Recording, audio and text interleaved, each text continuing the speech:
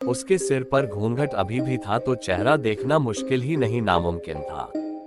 उन्होंने उससे कहा, तुम जल्दी से खाने की तैयारी करो, मैं आग सुलगा देती हूँ, काम जल्दी हो जाएगा। और वे जल्दी से चूल्हा जलाने की तैयारियां करने लगी, लेकिन साथ ही वो उसका चेहरा देखने की भी कोशिश कर रही थी। लेकिन वो जितना देखने की कोशिश करती वो और पल्लू खींच लेती।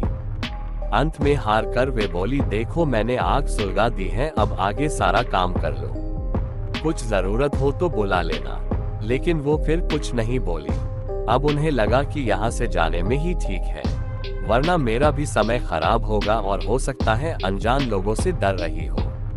ये सब सोचकर उन्होंने उसे कहा कि मैं आ रही हूँ, जल्दी से खाना बनाकर रखना। और वहां से निकल गई। मन अभी तक परेशान ही था, कभी अपने कमरे, कभी बच्चों के, कभी बाहर, सबको देख रही थी, कहीं कुछ अनहोनी ना हो जाए। 1 मिनट भी आराम से नहीं बैठ पाए। अभी 5 मिनट ही हुए थे पर उनके लिए वो घड़ी पहाड़ सी हो रही थी। समय बीत ही नहीं रहा था।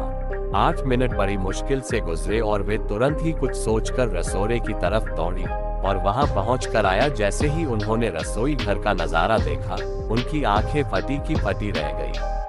उनके पैर बिल्कुल ही जम गए, ना उनसे आगे जाया जा रहा था ना ही पीछे। उनके हृदय की धड़कनें रुक रही थी। वो औरत रसोड़े में बैठकर सारी कच्ची मछलियां खा रही थी। सारे रसोड़े में मछलियां और खून बिखरा पड़ा था। उसके सिर से घूंघट भी उतरा पड़ा था। इतना खौफनाक चेहरा आज तक उन्होंने नहीं देखा था। बाल, नाखून सब बड़े हुए थे। मछलियां खाने में मगन होने की वजह से उसे कुछ ध्यान भी नहीं था और खुशी से कभी वो आवाजें भी निकल रही थी। हूं हूं सी आवाजें गूंज रही थी। रसोड़ा पिछवाड़े में होने की वजह से और लोगों का ध्यान भी इधर नहीं आ रहा था। माँ को भी कुछ नहीं समझ आ रहा था कि चिल्लाने से कहीं घर के लोगों को नुकसान ना पहुंचाए।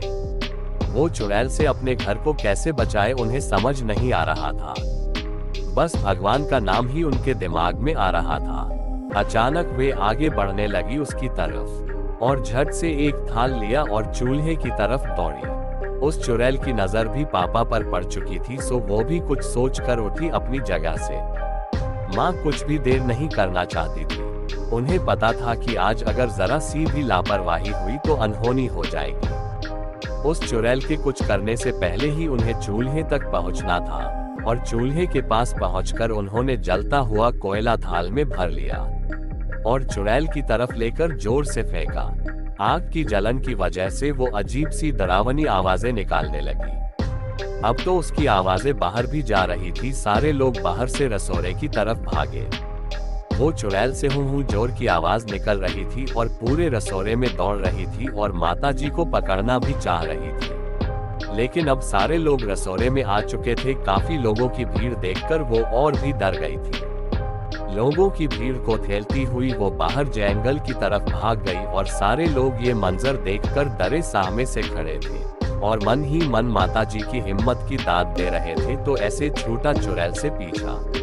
तो दोस्तों, अगर ये कहानी आपको अच्छी लगी तो वीडियो को लाइक करो, शेयर करो और कमेंट करके जरूर बताओ कि आपको कैसी लगी ये कहानी। ऐसे ही और भी कहानियों के लिए इस चैनल को सब्सक्राइब करो और अगर आप लोगों के पास भी कोई कहानी है और आप उसे मेरे चैनल पे बताना चाहते हैं तो कमेंट करिए, मैं आपकी कहानी इस चैनल पे बताऊंगा। मिलते हैं अगले वीडियो में।